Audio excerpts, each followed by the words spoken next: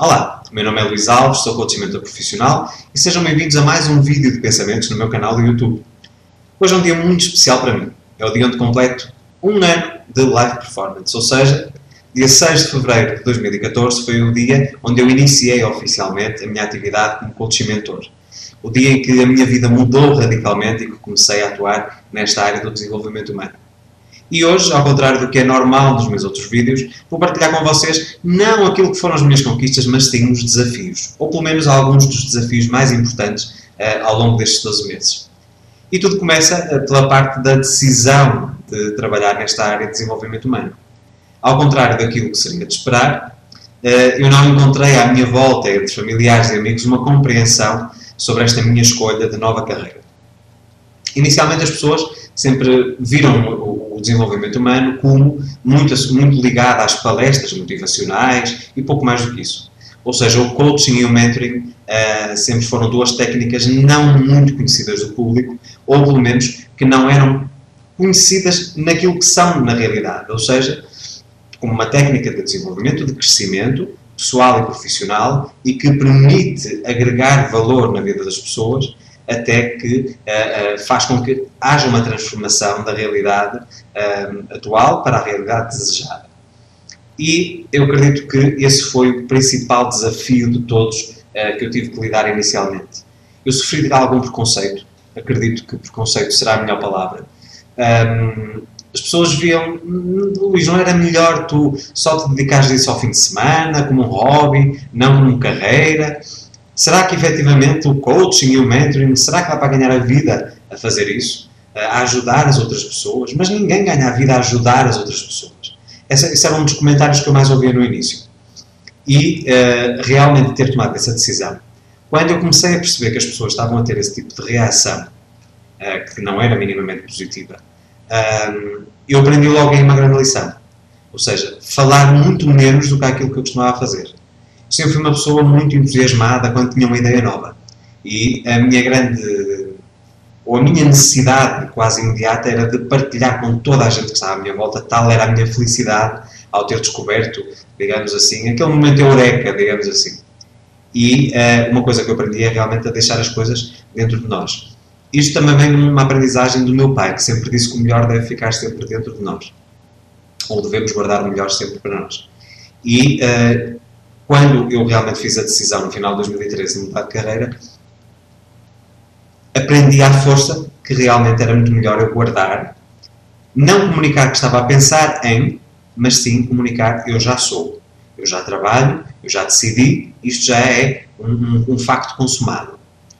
A partir do momento em que o facto está consumado, as pessoas começam a ver as coisas de uma maneira um pouco diferente. Eu sempre fui uma pessoa com alguma barcagem intelectual e isso sempre me permitiu obter alguma credibilidade em relação às minhas decisões. Então, a partir do momento em que eu já mostrei que tinha um diploma, uma formação, uma certificação internacional em coaching, mentoring e online mentoring, já comecei a ter uma aceitação diferente das pessoas mais próximas. A partir daí, o grande desafio foi realmente começar a passar para o terreno, ou seja, começar a arranjar clientes e começar a definir quais eram as ramificações daquilo que eu ia fazer dentro de uma área tão abrangente que é o desenvolvimento humano.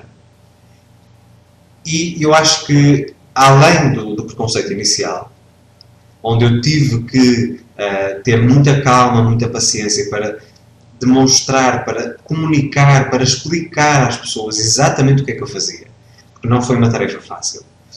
As pessoas tinham a ideia que eu fazia algo ligado ao esoterismo, à astrologia, ou outros, a psicologia e filosofia, ou seja, ninguém conseguia entender na sua concepção real aquilo que era, de facto, um processo de desenvolvimento humano, pessoal ou profissional.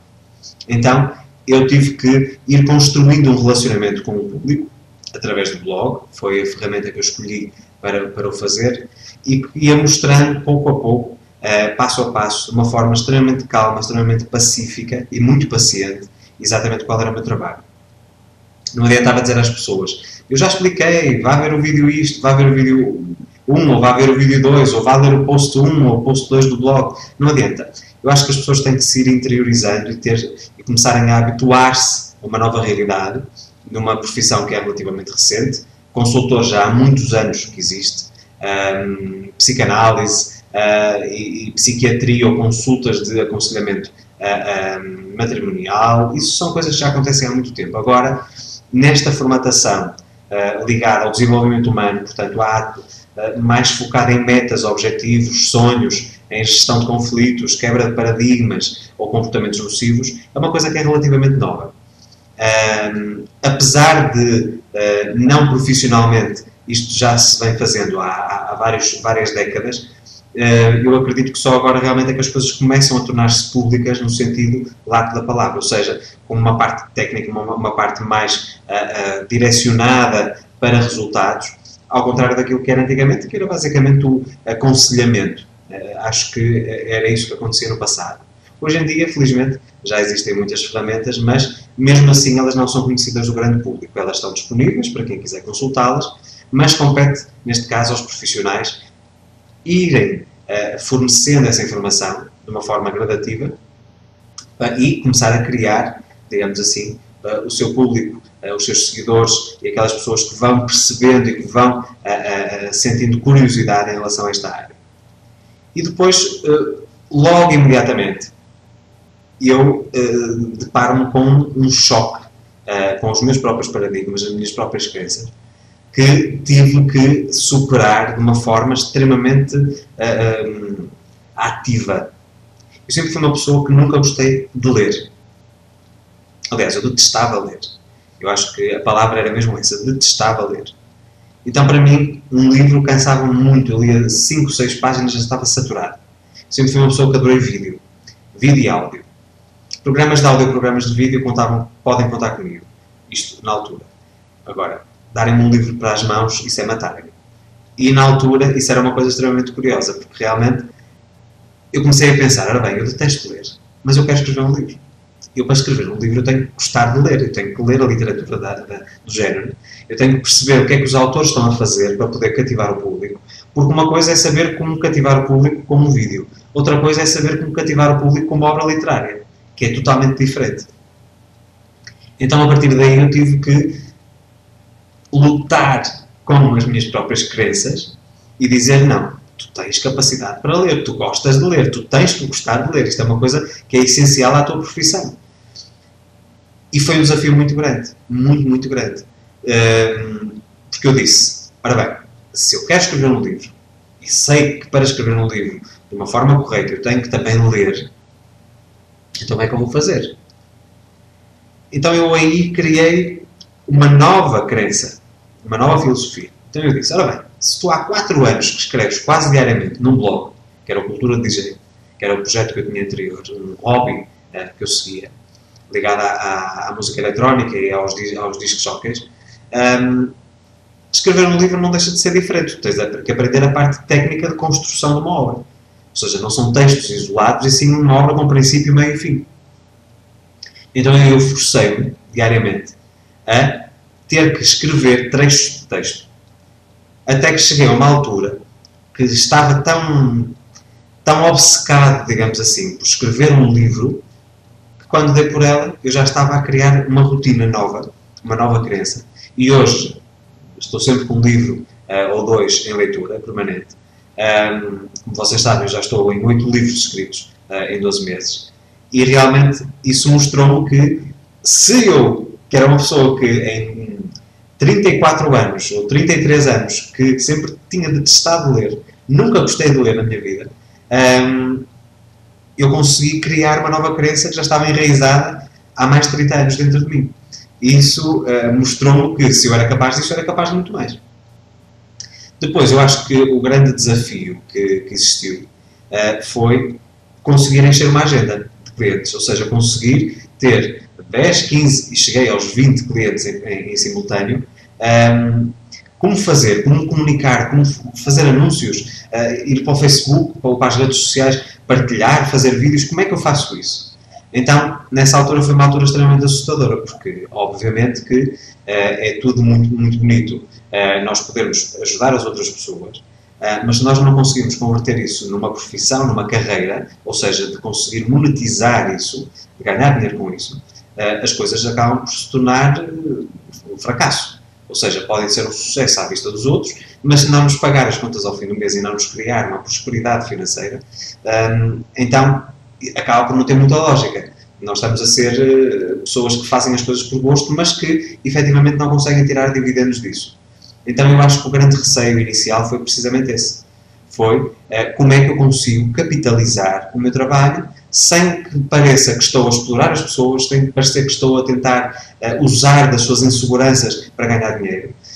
E eu penso que, na altura, que havia muita gente, muitos profissionais, tal como eu, a serem criticados que vendiam a banha da cobra e porque só viviam das inseguranças das pessoas e porque só incutir negativismo nas pessoas para poderem vender positivismo ou livros ligados à parte emocional positiva. E eu não queria ser mais um desses. Ou seja, eu não queria ser alvo de comentários nocivos. Eu tinha que ter muito cuidado precisamente com esse complexo, esse preconceito que havia com os profissionais da área. Talvez porque, como em todas as áreas, existem bons e maus profissionais.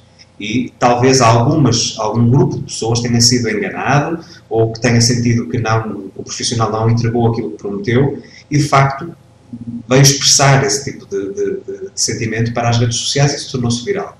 E eu não queria ser mais um profissional dessa área. Portanto, eu queria realmente agregar valor à vida das pessoas, independentemente de ser a troco de dinheiro ou não. Portanto, eu sempre tentei fazer de forma gratuita isso. Mas eu queria realmente arranjar casos que fossem um desafio para mim de poder realmente mudar a vida de uma pessoa, por exemplo, que tivesse tantos pensamentos enraizados negativos que seria quase impossível conseguir que essa pessoa mudasse. Então eu fui à procura precisamente dessas pessoas. E encontrei no meu círculo relativamente próximo, amigos de amigos, pessoas realmente que ou estavam a lidar com depressões já há 3 ou 4 anos, pessoas que estavam infelizes no casamento, pessoas que viviam num determinado emprego mas que não gostavam daquilo que faziam e isso acabava por se refletir em mau relacionamento com o marido, com os filhos. Eu fui à procura dessas pessoas e ofereci-me para lhes fazer um programa de desenvolvimento humano a título gratuito, portanto pro bono. Foi assim que eu comecei a encher a minha agenda, mas obviamente apavorado que as pessoas não gostassem daquilo que eu tinha para oferecer, mas ao mesmo tempo também consciente de que eu tinha capacidade, mesmo que as pessoas não gostassem, para transformar e mudar pequenas coisas que pudessem realmente agregar valor às pessoas e que pudessem fazer com que a vida delas realmente mudasse. Mas era uma responsabilidade muito grande. Eu estar de alguma forma a comprometer-me com alguém, a dizer que eu tinha conhecimento e tinha know-how, tinha ferramentas que lhes permitiriam mudar radicalmente as suas vidas. Eu tinha que entregar precisamente isso. Então, na altura, o assumir esse compromisso publicamente e depois particularmente também individualmente com os meus clientes, foi uma coisa extremamente assustadora. Precisamente porque havia já o preconceito social de que alguns profissionais vendiam a tal banha da cobra, como muitos dizem. Eu próprio também já fui enganado por profissionais desta área, como cliente, como consumidor. Mas eu não queria estar a dar motivos para que realmente isso acontecesse. Então eu estudei, aí mais uma vez voltei à coisa da questão da leitura, li imensos livros, fiz mais cursos, fiz o curso de Programação Neurolinguística, fiz hipnoterapia, fiz o curso de Lei da Atração, precisamente para conseguir sempre agregar mais valor aos meus clientes. Até que esses clientes pro bono passaram a ser clientes pagantes. Ou seja, terminaram o período experimental, digamos assim, ou as sessões gratuitas e continuam, graças a Deus até hoje, comigo a fazer sessões já num formato profissional, portanto, onde já havia o pagamento de honorários.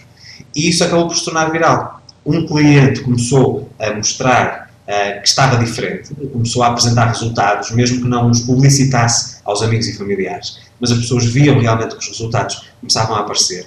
Pessoas que sempre tiveram uma expressão extremamente séria e triste começaram a sorrir e isso começou a ser notado no público. Então, o encher uma agenda com 20 clientes, que foi o que aconteceu, foi uma coisa que acabou por ser viral exatamente desse receio meu inicial, de não conseguir agregar valor à vida das pessoas, de não conseguir ter clientes a pagarem realmente honorários.